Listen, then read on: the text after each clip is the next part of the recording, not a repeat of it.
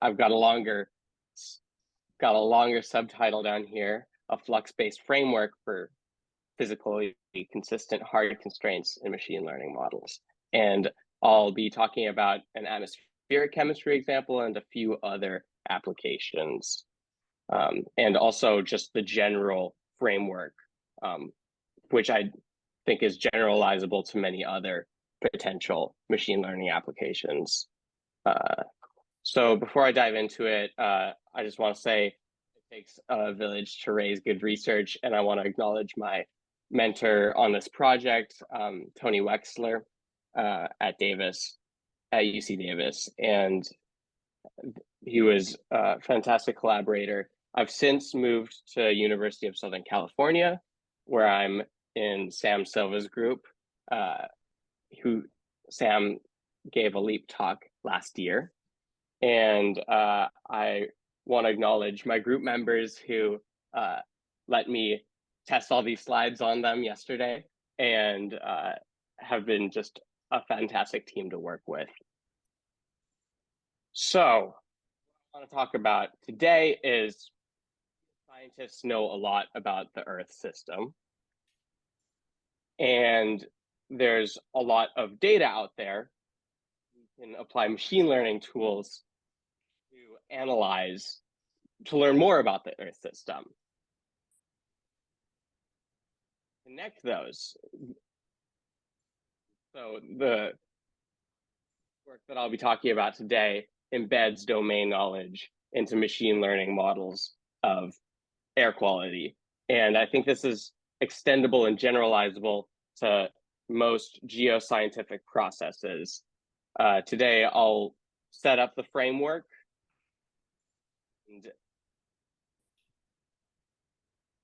then show how it can be applied to a model of air quality, and then talk about how this relates to graph theory, network analysis, and graph neural networks.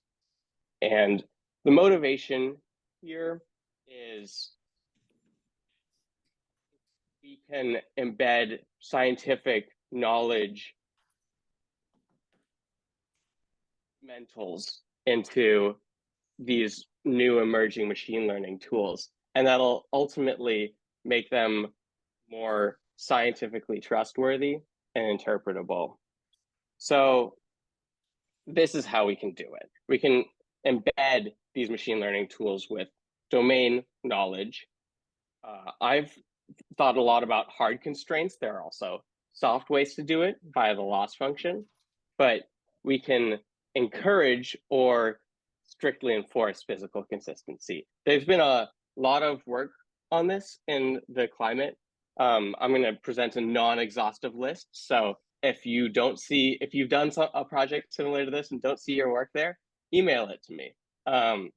So there's a list of corrective approaches, corrective hard constraints, where once some output from a machine learning model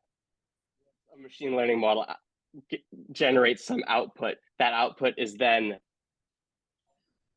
adjusted to satisfy some analytical constraints. And so Tom Buechler has done some inspiring early work on this with a focus on conservation of energy, but also a general analytic framework where a portion of the targets are unconstrained and a portion of the targets are constrained to satisfy some equation. Paula Harder, who gave a LEAP talk last year, has done this for aerosol mass conservation, and also downscaling, where they want to make sure that the average of a bunch of fine grid cells is equal to the value of a coarse grid cell. And Andrew Geis, along with Sam Silva, have done a similar application to atmospheric chemistry using the NASA GS-CF data. There are also unsupervised approaches for encouraging or enforcing mass conservation. And so I've worked on this for reduced order modeling of organic aerosol, where we use an unsupervised approach to find latent patterns that we called superspecies, but we made sure that we conserved mass and phase using matrix factorization with some scaling factors. We tried a bunch of approaches though. And then also flux-based approaches, which I really, the take-home message that I'm trying to send you all home with today. There are these flux-based approaches where you focus on how these flow between neighbors, much like the process models that machine learning tools can emulate, or the processes that machine learning tools can emulate. So I'll laying out mass conserving framework and then talk about how this can be applied to smog chemistry and some other applications. Yuval has also done analogous stuff. A lot of this work was actually done in parallel. Both the Tom Buechler paper and our original math conserving framework, which are distinct approaches, were developed in parallel. And Yanni Yuval also had a subgrid flux targets that his machine learning tools emulated. So with that, I'll get into the flux-based conservation law framework. So there's a lot of ways we can go about this. I can describe it in math. I can relate it to finite volume methods for solving ordinary differential equations. But I'm going to try out a new visualization on you all today. And I'm going to start with two boxes. We got a closed system with two boxes. Closed meaning that the two boxes can interact, but nothing else can interact with it. Think about it as maybe two cloud parcels that are otherwise adiabatic, or one of the boxes is a gas phase concentration and a particle, the other is a particle phase concentration, or them as two distinct molecules in a chemical system. Or you can just think of them as two squares for now. And these squares, these boxes, are neighbors. They're next to each other. You want to track some quantity of interest tendency over time. So how that quantity of interest changes. C can stand for anything for now. It can stand for color, can stand for concentration, Columbia, whatever. It's our quantity of interest.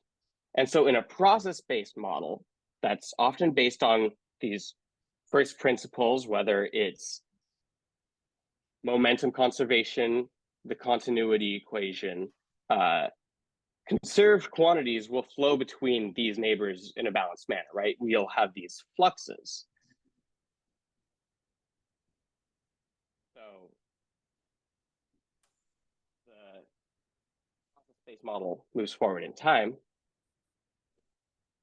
Material will flow between these neighbors in a balanced way, where we started with C equals 8 on this side and C equals 2 on this side. 3 units of C flowed between the two boxes, leaving them both with 5. We didn't add any C to this system. Okay, but then a lot of work that I've seen throws unconstrained machine learning models at this, where they're just trying to predict C of the two different boxes, or delta C for each box, without relating the global system. So what that can look like is you can just manufacture, these machine learning models can manufacture this quantity out of thin air, adding C to the system, or it can slowly move C from the system in a non-physical way. Again, this is a process model of a closed system. So shouldn't be stuff in air or removing it non-physically. So our conservation law framework for machine learning proposes the machine learning targets to be fluxes. So that's our pink arrow relating how the quantity flows between our boxes, between our neighbors. we can relate the fluxes to tendencies in a balanced manner, much like the process models that these machine learning tools are trying to model, are trying to machine learn. So that looks like that. We sure that we don't introduce NEC to the system. And this flux-based conservation framework is distinct from some of the other approaches because it's reposing the learning targets. But like some other approaches, like Tom Buechler's analytic constraints, it also will conserve our conserved quantities to machine precision. Mean that we've solved the problem, right? So the fluxes themselves can be under or overestimated. In a given time step, the tendencies exactly match process-based model. So our process-based model led to 2 evenly colored squares. But if we underestimate the flux, we might not end with that.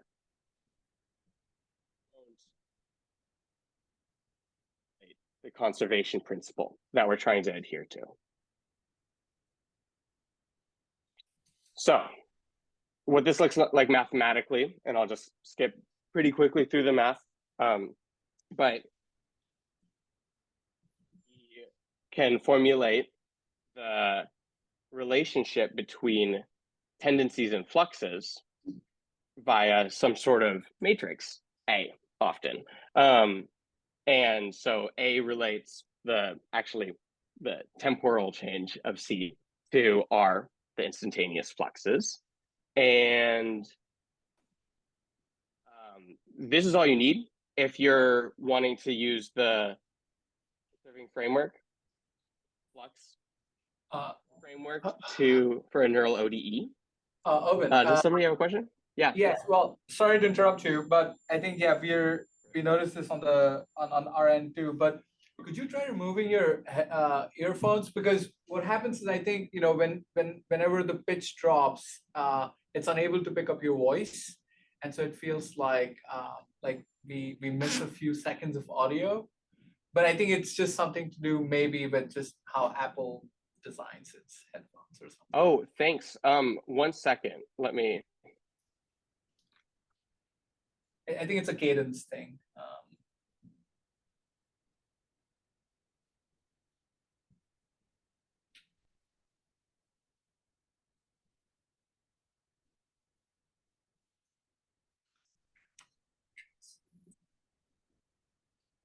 Alrighty, let's get back on track. Okay. Yeah, sorry about that. Thank you. No, thanks for letting me know. How's this? AirPods ejected. Okay. Yeah, I think this should be good. Yeah. Okay, let me know. Much better. Thanks a lot. Okay, great. Thanks so much for telling me. I'll take a look at these AirPods later. This is all okay because I'm about to take you to the main takeaway that I want everybody to leave with anyway. So the flux-based framework just relates tendencies to fluxes, whether or not they're instantaneous or in integral form. If you're using a neural ODE and want to use the flux-based framework, this first bullet point is all you need. And we'll be able to figure out how to set up the relationship between the tendencies and the fluxes in a balanced way. But if you're wanting to predict the time evolution over, say, an operator splitting time step in a 3D climate or air quality model, then you can integrate this forward where S is the integral form of the instantaneous fluxes. And in every application that I've looked at so far, A is not a function of time. The relationship between neighbors, the connectivity of the neighbors, rather, doesn't change over time, even though flow between the neighbors might. So this looks like, in integral form, tendencies are related to fluxes via an A matrix. And for our simple example, that just looks like there was a flux of 3C between these two squares, and our A matrix is with defines flux to tendencies with respect to our leftmost square. And then after 3C is removed from our leftmost square and gained in our rightmost square. So the takeaway for this flux-based machine learning conservation approach is, if you have the fluxes, repose your learning targets to be the fluxes rather than the tendencies. Then you can relate fluxes to neighbors, so fluxes between these neighbors to the tendencies of each location or each box in a way that is balanced via this framework. And so this is that's the take-home message that if you take one thing out of this talk, that's what I want you to leave with. Fluxes can be excellent learning targets. And that was the point of our paper in 2020. And then our application of interest in 2020, and perhaps a limitation of the paper, one of many that I'll get into, is that we dove right into a few abstractions. And we didn't talk about boxes. We dove straight into a non-Euclidean air quality example, which I'll get into right now. So how do we define neighbors, right? The boxes, we have our two squares, and they interacted because they were next to each other. But what if they're not next to each other? So that's where graphs come in and network analysis. Graph theory is a way of formalizing and abstracting neighbors. It's generalizing it beyond physical Euclidean space. So what happens when our two boxes look more like this graph system, which, as I'll get into in a second, resembles smog formation? Our first application of this framework was for machine learning emulation of air quality. And specifically, we wanted to conserve atoms to machine precision in an atmospheric chemistry model of smog formation. So how do we define neighbors in this space?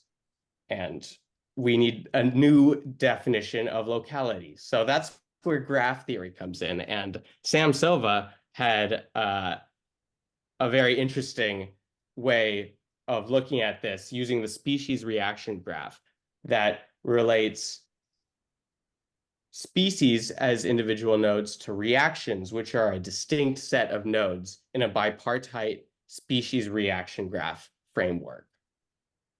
And this connects species to species via reactions. And that's how we define neighbors in the system.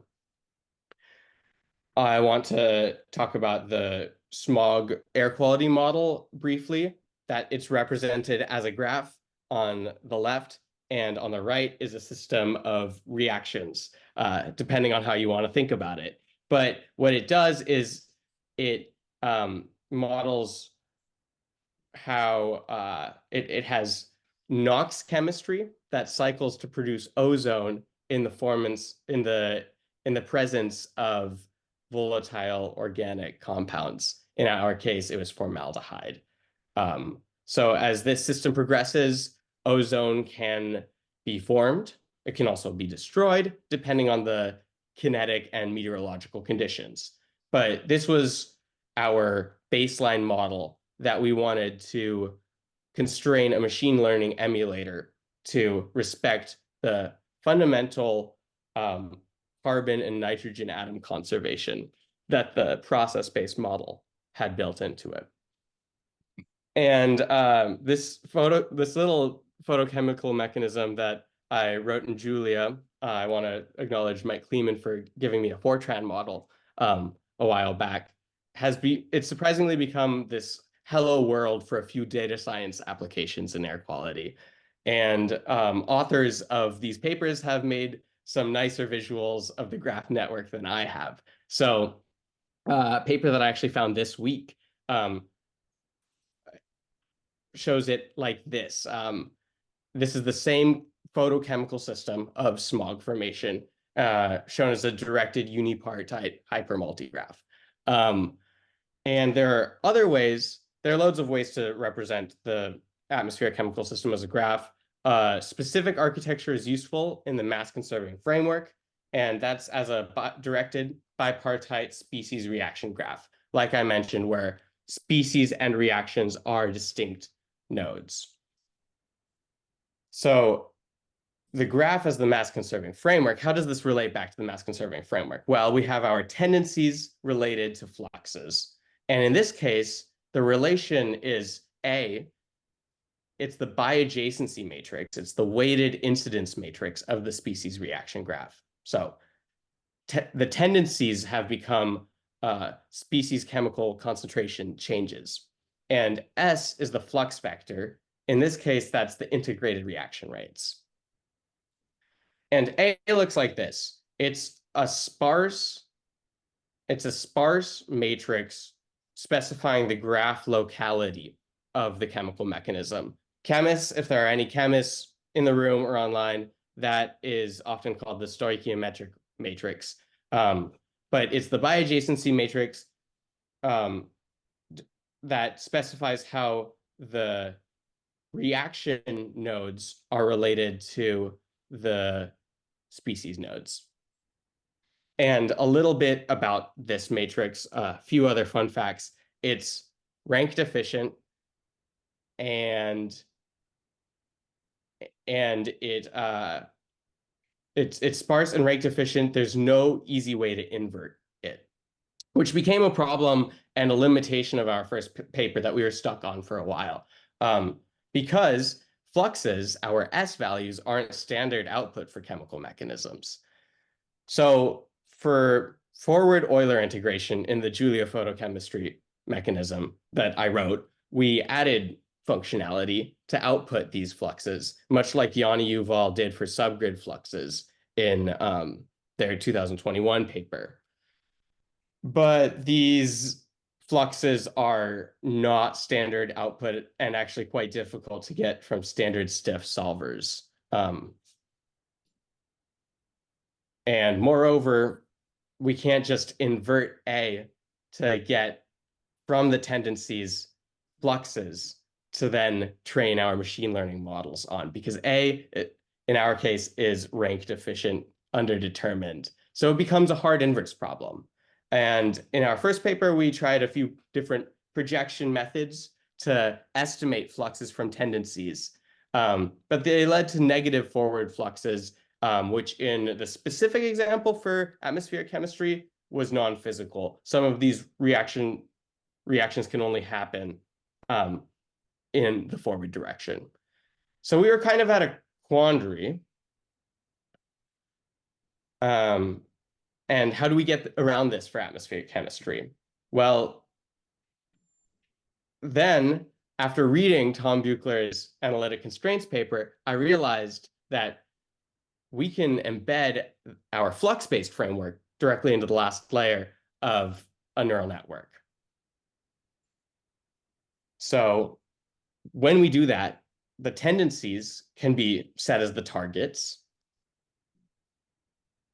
and the fluxes become predicted just prior to the hard constraints layer.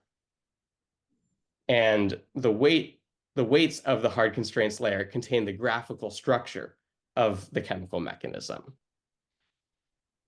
So this paper was a breakthrough for us, where we realized that we could get around some of the limitations of the first work and encode this graph locality in a neural network to conserve atoms as they flow between molecules. We compared this to a few other architectures from a feed-forward neural network that we called naive. Maybe that's a little harsh. Neural networks are pretty powerful. And then a physics-constrained neural network, and where we also supplied it with physically informed input, resembling the mass action law that drives the dynamics of the system. And we also had an intermediate neural network that had the physically informed input without the hard constraints. And And we found that adding this physical information improved prediction somewhat, where up here for two different species, we did look at all the species, but I'll show ozone and NO. NO is often a primary pollutant from car exhaust pipes.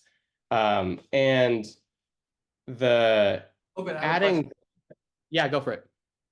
Can you go back to the previous slide or the one before that, actually? Yeah. Uh, I'm a bit confused as to, okay, so I understand why the constraints are important and how that's solved, I guess the problem with the first model. But I'm unclear as to like what, like, are you training on like model output? So are you emulating a model and then enforcing the constraints to extract the conservation laws? Or are you writing the model from scratch? Because I am slightly thrown off the Julia-based photochemical model. Like, where does Mm, Julia enter into the scene? Um, and, yeah. and and is this like sort of like fit into the Julia model, and now that has become the full emulator? Um, No, the Julia-based photochemical model was just our reference model. okay. So that's our kind of bread and butter process-based model. And yeah, the Julia part isn't too important unless you're into the programming language. In that case, happy to talk about it more. But it was really just the reference model that we were trying to emulate. That being said, and actually we did all the machine learning in Python anyway. Okay, no, but I mean, the ultimate question being, of course, not language, but like, is this online or offline? So if this is an offline emulator, Offline. then yeah, and because if it's online, then it becomes interesting, which I don't think it is. Yeah, wow. Yeah, that would be that would be really interesting. So we have I've since tried some like neural ODE approaches Okay. with the same constraints built in. But yeah, I haven't really thought about it was offline and it just tried to predict time increments of about 6 minutes, which is like kind of operator splitting time step in case you would put this chemical mechanism into like a 3D air quality model. Make sense? Yep, very clear. Thank you. Oh. Hi, can I interrupt? Yeah, go for Uh, it. yeah, I have a question. So in this figure on the right, so the A is A deterministic, like like the matrix you show, like the green A on the right. Yeah. Yeah, so it's a hard constraint that Oh, we actually hard coded. And for the case of chemistry, it's the stoichiometric matrix. oh, okay. It's the incidence matrix of the species reaction graph, and it encodes some conservation laws. In our Oh, case, conservation of carbon and nitrogen. yes. Oh, Um, thanks. And then what about the pink M and the CI and CJ on the left? Sorry, I yeah, might get so lost there. the CI and CJ, that is our Yeah. physically informed input. That Oh, those are the products of concentrations, and those it's physically informed because we're using domain knowledge here, and that is proportional to the mass action law, which is the driving force of this photochemical system. M stands for meteorological input. That's like temperature and oh, okay. uh, yeah, relative Thanks. humidity. Yeah, sure thing. And so we found that adding this physically informed input improves the predictions. And so for both the intermediate neural network that only had the physically informed input and for the flux-based conservation law neural network, we improve predictions over a baseline model. And that was especially true in edge cases where the chemical system was really far from some sort of pseudo equilibrium where things weren't happening as fast. And this has some analogies to actually the project Sam talked about it at LEAP last year, where physically adding some physical process-based information to a neural network benefited their neural network prediction of aerosol activation in edge cases.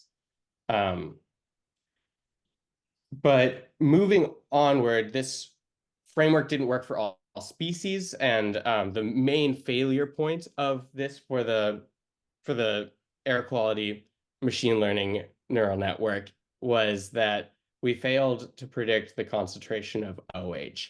And recent work, there was a good AGU talk by Peter Ivet suggesting that some short-lived species, if we're trying to use machine learning to predict their evolution, we might be better off predicting their concentrations rather than their tendencies. In this case, I also want to say that OH, hydroxyl radical, is doesn't have carbon or nitrogen, and so it didn't have any of those atom conservation constraints on it anyway. And finally, the main results and what we wanted to check just to make sure that we got the framework right is that the physics constrained neural network didn't add or remove any carbon atoms over time. This is the residuals, or the net carbon added on the left side, and on the right side, that's the net nitrogen added. And despite the intermediate neural network doing quite well just by having some physically informed input, it didn't respect the inherent atom balance that the process-based model did. So when we embedded the flux-based framework into the last layer of the neural network, we were able to conserve atoms to machine precision. So that was the takeaway of our air quality application. And I want to take a little bit of time to talk about some other things, because I know not everybody here thinks about atmospheric chemistry every day. So I wanted to get into a microphysics example, which is a little bit different than the atmospheric chemistry example. In this slide, I'll just lay it out.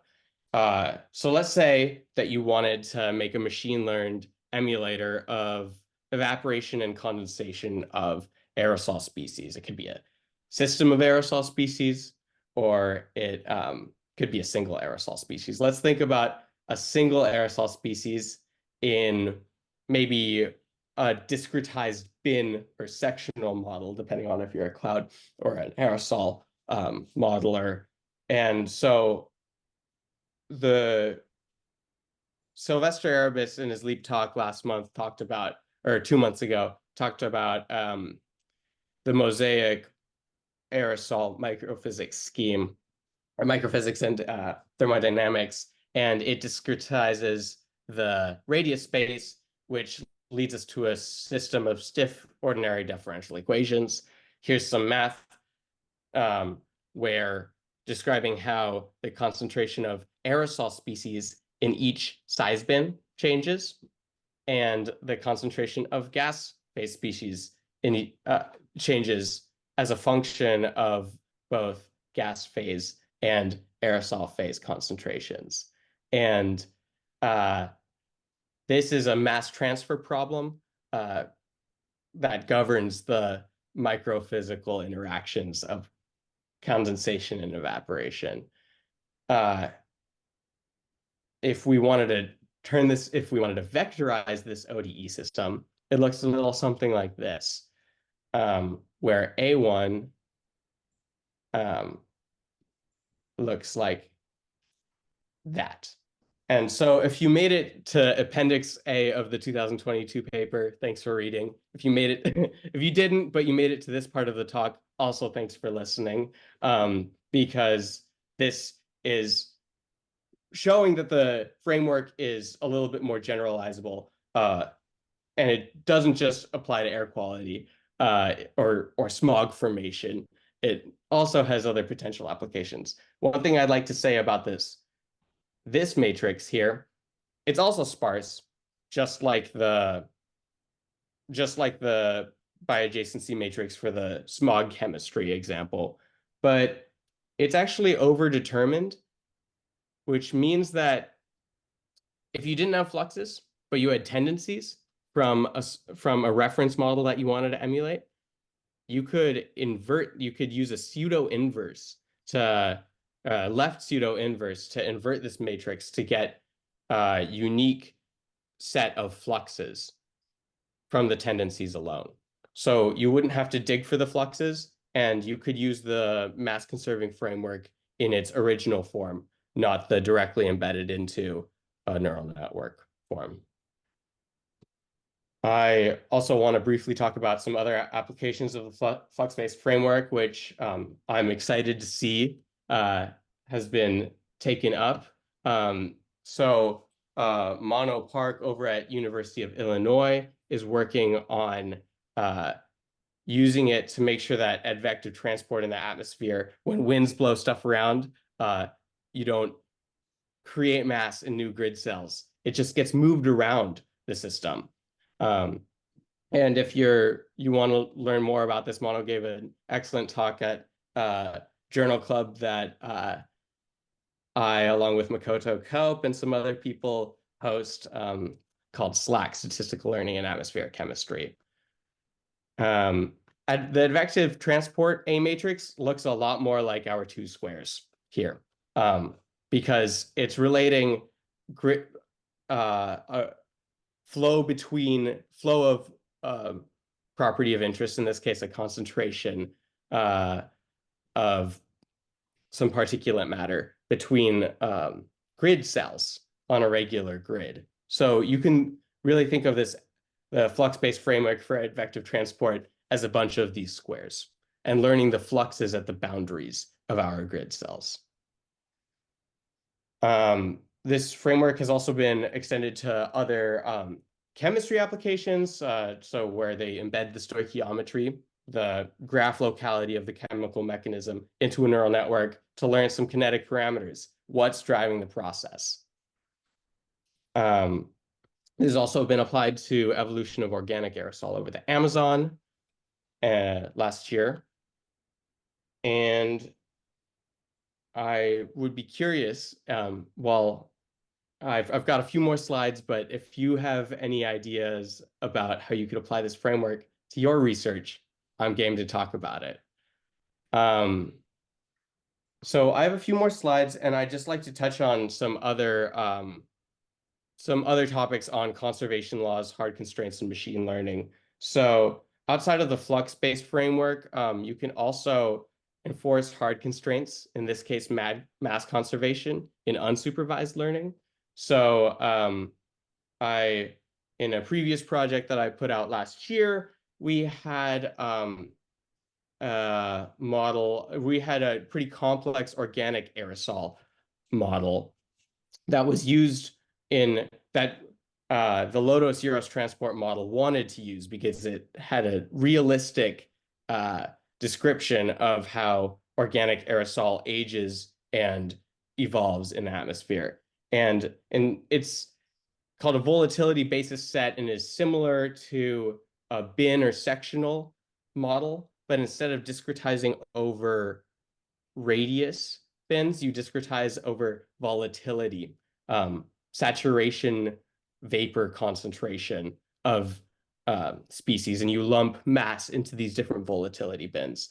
And so we wanted to find a set of superspecies, reduced form, reduced set of latent dimensions that we called superspecies that could represent the high dimensional complex OA chemistry. And so what we did is we used non-negative matrix factorization and some scaling factors to make sure that we conserved mass and phase, so that particle superspecies were made up of the individual high dimensional species that they were that the unsupervised approach was trained on.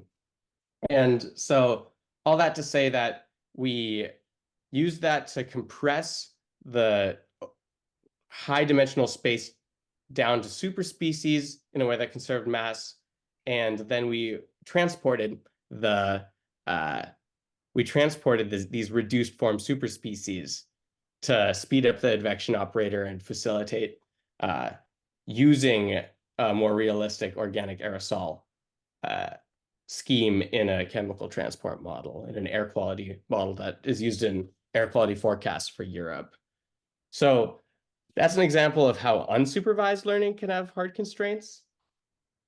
But I also wanted to say unsupervised approaches can discover additional hard constraints. So going back to this Julia mechanism, this photochemical smog mechanism, in the flux-based framework, we enforced carbon and nitrogen atom conservation because we knew that the process-based model did that. But using a data-driven method, we found that it actually has a third invariant property that we're going to call CQ3, or a third conserved quantity that over a range of atmospheric conditions is invariant. It stays, it just doesn't change. It is a linear combination of species concentrations that does not change, no matter where we put our air parcel with where the chemistry is going on. So it can be at the surface, or it can be up higher, or in Denver, however you want to think about it. And so we used, this was a fun collaboration with Jiming Liu and Max Tegmark. And when we discovered it, we didn't really know what to make of it. We scratched our heads and tried a few things out on it.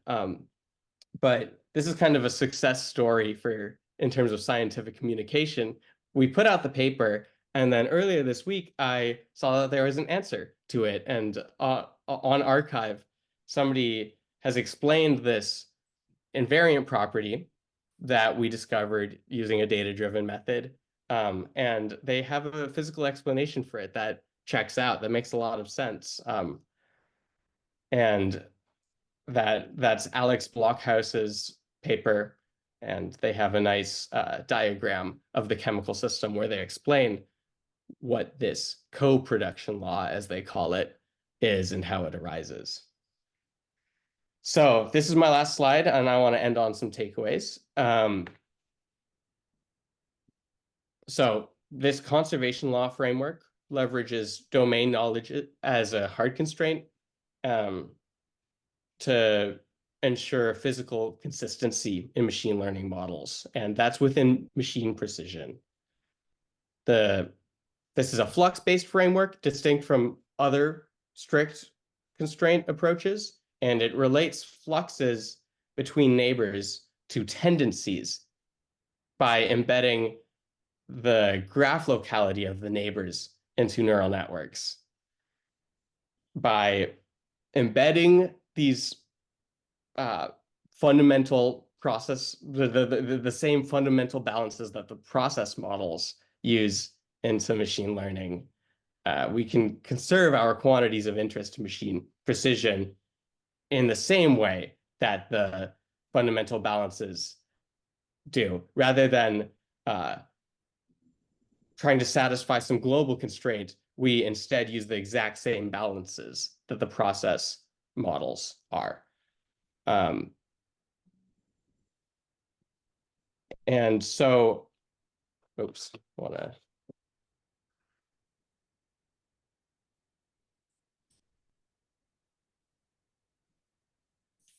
Wait, did you? Sorry. My PowerPoint is actually frozen, but while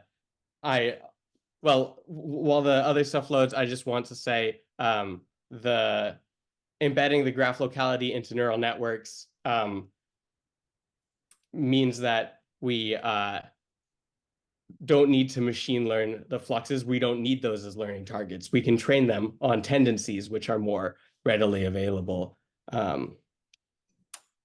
Sorry, let me end on my last 2 points here.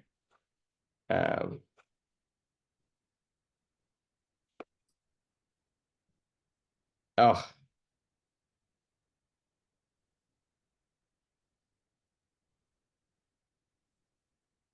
Sorry, 1 second.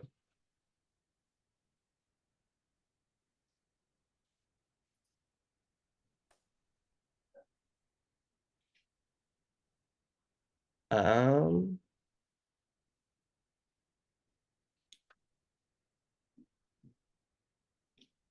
Alrighty. Funny that this happened on my takeaway slide, but I wanted to just leave with two questions. I'm curious if this framework could allow us to machine learn fluxes and hidden interactions without necessarily access to them as explicit learning targets. I'd be curious to see that because we're embedding this flux-based framework into the neural network, it back propagates interpretability. So we know that the output or the output of a hidden layer should correspond to fluxes, which we might not have access to otherwise. So if we task a neural network with this framework embedded to it on tendencies, can we get fluxes somewhere in the hidden layer of the neural network? And wanted to end on the last question on how would you apply this framework to your research? That's it. Thanks for listening, everybody, and I'm happy to talk about any of this. Thank you.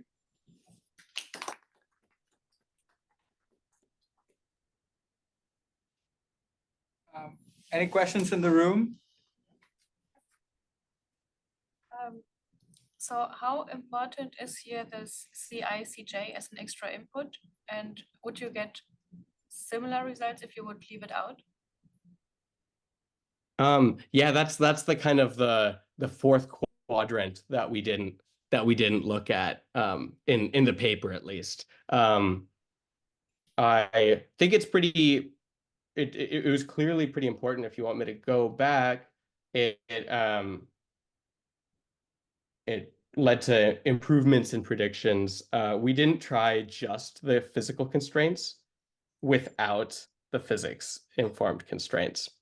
I don't know, but it's pretty important because those inputs, if I go back here, these products of concentrations are proportional to the mass action law, which drives the system forward.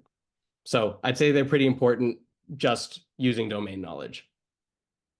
Okay, thanks.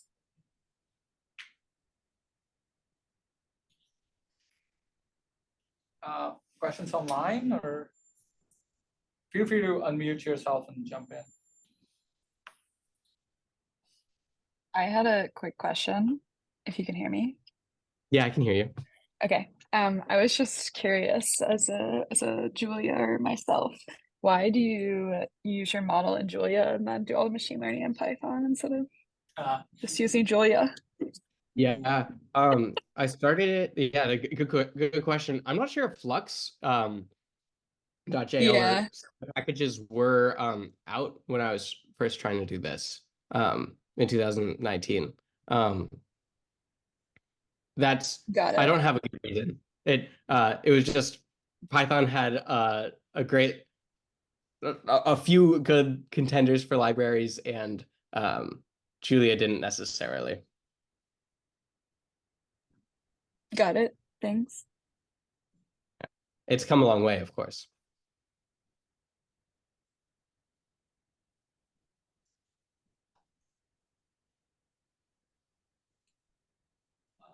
I have another question. Yeah, go for it. Yeah, so in this case, so is your model, I mean, I'm assuming it's an Eulerian model, right? Or like, at least, yeah, more Eulerian than Lagrangian. And I wonder, so yeah, the flux-based framework, it sort of demands like a certain continuity. Like, you need to know, like between these neighbors and so on, like they're like, basically you need a continuous reaction. And I wonder if you've looked at some environments where this is not the case. So what happens, when it's a dilute sort of situation where I'm saying this because I've been working with Lagrangian models currently. So I'm thinking here, like, I don't know, solar like radiation management. So like stratospheric aerosol injection, right? Yeah. And in which case, I mean, I'm wondering if these sort of conservation laws hold, or like if these kind of frameworks hold. I don't know. This is just vaguely speculating. Like it's a vaguely speculative question. I'm curious if you've thought about this. Yeah, but I do some work with Lagrangian cloud models myself, and I've been trying to think of a way to apply this to the flux-based work to super droplets. Super droplets have their own weird conserved quantity, which is the number of super droplets doesn't change, even as the number of particles are changing. Just an aside. So for like the two squares, that's such an Eulerian perspective, right? That's two neighboring squares interacting. I'm not sure if you see it, but I don't necessarily see how the chemical mechanism is Eulerian. We have it's not Euclidean at all, right? So we have a different way of relating neighbors, and I just don't have an easy answer to whether or not this graph-based structure is Eulerian Lagrangian because it's got distinct things that we're tracking continuous concentrations for, or a third thing entirely. Yeah. So I can't quite answer your question because I'm not sure if our initial application was either. Yeah, I mean, yeah, maybe the correct thing to say would be, well, like the flow itself could be Eulerian. So even if the graph that you're modeling is somewhere in between, it's maybe need not adhere to either regime. It could still be that like the dynamics that are sort of driving this, like I guess they're being advected under some flow. So that could be the Eulerian system there. Yeah.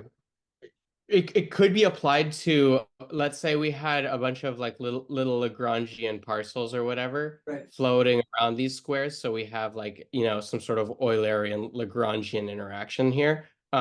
At any point, the flow between a little Lagrangian parcel and its more bulk environment could still be constrained using this flux-based framework. Does that make sense? Yeah, very cool. No, that's exactly what I was trying to get at. But yeah, I think this is a longer conversation, which I won't like. Totally, and I'm happy to continue it.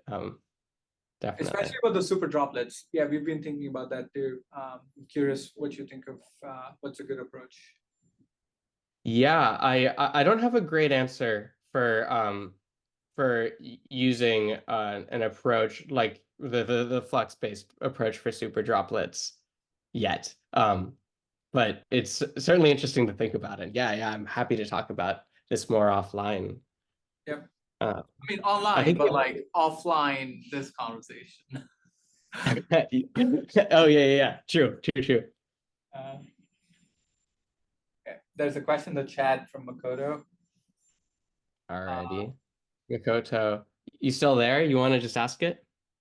Oh, I can just ask this, I guess. Sorry. So I'm curious, the first part of the question, does embedding the physical-based constraints decrease the accuracy of the prediction, as if is there a trade-off in doing this by kind of putting these hard constraints in? And two, you're showing this kind of schematic of going from a graph net to a neural net, and defining the connections of the graph, makes sense for this kind of low dimensional mechanism. But when you scale it up to something with hundreds of species, is this, still an easy way to do this? Is there an automatic way to construct the graph and then translate that into a neural network format? Or is this all kind of, by hand still tuning? Well, Makoto, you're asking me about my KPP work the other week at Slack, and that's a lot of what the KPP work is. Just generating these graphs as edgeless, sparse edgeless, automatically. And so to answer your questions in reverse order in terms of the tractability as the mechanisms get large, the A matrix that I'm not going to skip back to right now, was a sparse matrix. And we don't, it's not like a fully connected graph where we need to connect 300 species all to 900 reactions. It's a much sparser space than that. So we wouldn't, I don't think it would be that much of an issue. And to answer the first question, does the embedding the constraints decrease the accuracy of the prediction? I'm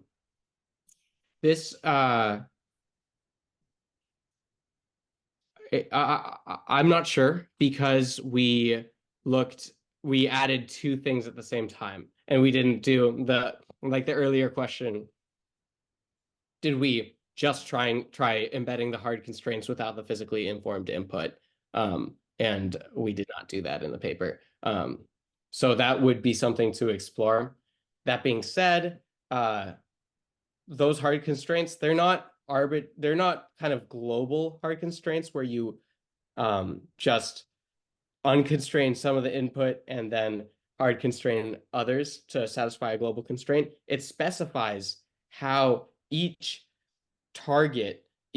element in the target vector interacts with each other. So if you're trying to use graph neural networks to motivate the built-in structure of the system that you're looking at, this framework allows you to build those hard constraints in a way that encodes domain knowledge. Great. Thanks, Obin. Yeah, thanks, Dakota. I assume if there are no further questions, we thank Obin again. Thanks, everybody. Awesome. Pausing the